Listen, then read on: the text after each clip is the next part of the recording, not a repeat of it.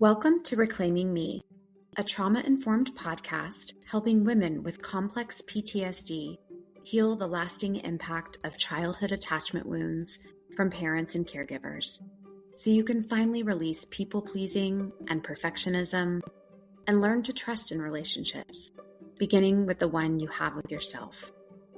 I'm your host, Cindy Payne, therapist, trauma specialist, and a woman who has walked this path both personally and professionally. Hello, everybody, and welcome back to another episode of Reclaiming Me. This is our Wednesday midweek reframe mini episode. So if you are new here, thank you for tuning in. And I always follow up our full length episodes on Mondays with an extension piece. So something for you to think about and maybe put into practice. So if you haven't listened to the full length episode on Monday, we were talking about therapy for people pleasers and CPTSD survivors and some of the pitfalls that we can experience as therapy clients and ways that we might work with our nervous system and with our therapist to help us get the most out of our therapeutic experience. And so if you are already in therapy and you have a great relationship with your therapist, but maybe you feel like you've hit a plateau, you might want to go back and listen to that full length episode 108. And if you've never been in therapy and you are looking to try finding a therapist as a good fit, there are some things that you might want to be on the lookout for, both with the therapist and with yourself, whenever you are engaging in this process. And again, just a disclaimer, this is not a substitute for therapy. And by no means am I saying that therapy is the only surefire way to heal. Because let's be honest, some of us have been hurt more in therapy. We've been vulnerable. We have tried to turn our story over to the hands of somebody who is capable. And maybe they haven't met us where we need to be met. And so that can be very challenging and it can make us not want to try the process again. But hopefully with those tips and things to think through, you will be aware of some of the blind spots and maybe try again. So today, I just want to spend some brief time talking about something that happens often in therapy when we have let down our guard and shown up as our messy selves. And that is the vulnerability hangover. So if you've ever left a therapy session where you actually spoke your truth and immediately felt this wave of regret, like your brain starts replaying the tape and asking things like, was I too much? Did I sound ungrateful? Did I just ruin that relationship because I wasn't, quote, on or good today? If you are a people pleaser or recovering pleaser or a CPTSD survivor, again, I call this the vulnerability hangover. This is your internal smoke detector, and it's going off because you did something that feels dangerous to your system. You stopped the audition. So we want to try to move into from performance into more of a presence. And I shared in Monday's full length episode that for a really long time, I was a ghost in my own therapy. And I used my clinical knowledge as a shield, believing that if I could just explain my trauma better to someone than the therapist could, then I could stay in control. What I know now is that I was attuning to their expectations rather than my own humanity. And this shift happened when I started taking tiny, and I mean like micro, option C risks. I remember a moment with my current therapist where I stopped mid-sentence and said, ugh, like I'm doing it again. I'm auditioning. I'm trying to make sure that you think I'm a good client. And that was so vulnerable and scary for me to say that. And I waited for this to just tank. And because that was a response that I learned from my father at 13 years old. I expected, when I was honest about that, for her to then withdraw from me, as my father did.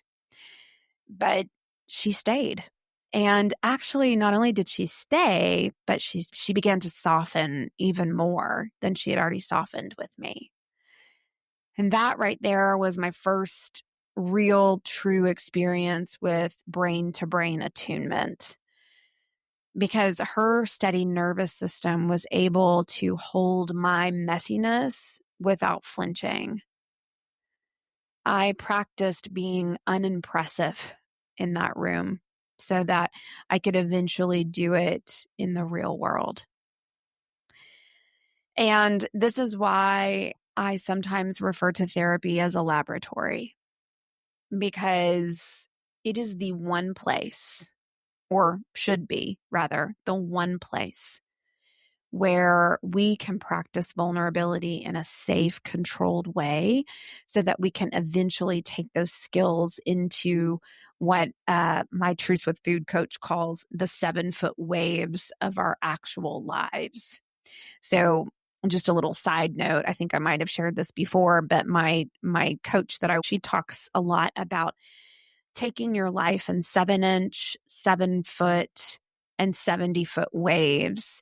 And the 7-foot and the 70-foot waves are actually waves that involve a lot of our trauma history. So there are those family of origin experiences that turned into beliefs about who we are and who we have to be.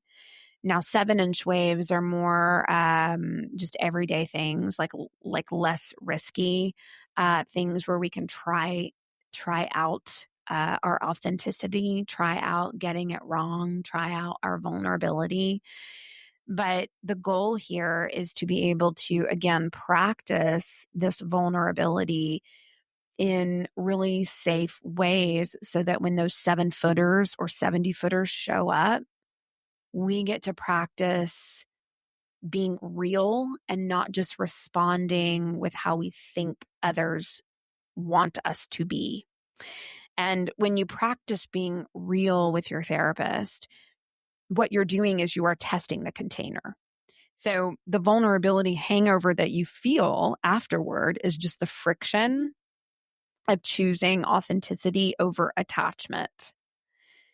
And your brain is going to go, oh shit, right? It's really terrified that because you stopped being the good client, you have lost the connection. But in this lab, the goal is to prove to your body that you can be seen and still be safe. So I have some key takeaways for this mini episode. And number one is that we need to be able to practice naming the relational ghost. And so what that means is when you feel the urge to apologize for your last session, name it. This is my fawning response, trying to repair a rupture that doesn't even exist. And recognize that your protector is trying to protect the connection by making you small again. And number two, I'm calling it the anchor. So presence over performance. And so replacing the internal interrogation of, did I say the right thing? Does she think I'm weird? Was I too much? Am I too heavy of a client? Okay. Replacing this interrogation with the anchor that says, you know what? I am showing up, and that is enough. Because in the lab of therapy, enough is not a perfect insight. Enough is simply staying in the room when your instinct is to disappear. And then finally practicing the wait. And this happens a lot with recovering people pleasers. This quick urge to rush in and fix a session or retract a boundary or, you know, go back and like clean up the mess on aisle 5, right? But what I'm asking you to do instead is to practice softness and stillness and slowness.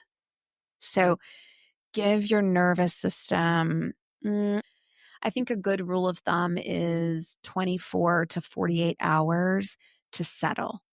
So the reason I say 24 to 48 hours is this is usually the appropriate amount of time, especially in the beginning, that your body needs to realize that the threat of being seen didn't actually result in abandonment. And if you have a history of abandonment with caregivers, I would say that this is non-negotiable, the 24 to 48 hour rule. So just a quick review. Number 1, name the ghost. It's a survival strategy, not a social mistake. Number 2, anchor it. So I'm showing up and that is enough. And number 3, practice the wait. So let the body catch up to the safety of the room. And I think if you practice all 3 in conjunction, you'll find that the vulnerability hangover will begin to lessen in intensity and eventually frequency. And then you can just show up with your mess and have your therapist be the container, right? And again, I never want to tidy this and say that this is really easy to implement. This is going to take a lot of trial and error, but it is possible. So this week, again, your only homework, and if you listened again to the full length episode, was to practice the 5-minute D roll. So after you take a risk in therapy or in a relationship, if it's not in the therapy room, take 5, 10, 15 minutes to just be. Don't analyze, don't repair, just notice that you are still here, and so is the relationship. You are not learning how to be a good client. You are learning how to be a known human. A known human. So I am showing up, and that is enough. And for today, you showing up is enough too. So thank you for joining me, and I hope that you will tune in again next Monday for a new full-length episode. And again, take that 5, 10, 15 minutes, and maybe even the 24 to 48 hour rule before you jump in and try to fix anything. So be good to yourself, and I will see you back here next week. Thanks, everybody. Thank you for spending this time with me today. I hope you leave feeling a little lighter, a little more grounded, and a little closer to trusting yourself and your inner experience. If this episode resonated with you, please follow or subscribe so future conversations can meet you when they're needed. And if someone came to mind while you were listening, consider sharing this episode with them. That's one of the ways this work reaches the people who need it the most. You can find me on Instagram at Cindy Payne Rooted, and you can also visit me at cindypayne.com, where you'll find all episode links, blog posts, practice updates, and a free people-pleasing style quiz designed to help you notice your patterns with more compassion. And remember, every small step towards healing, self-trust, and presence matters. You are worthy of this journey. Thanks, everyone.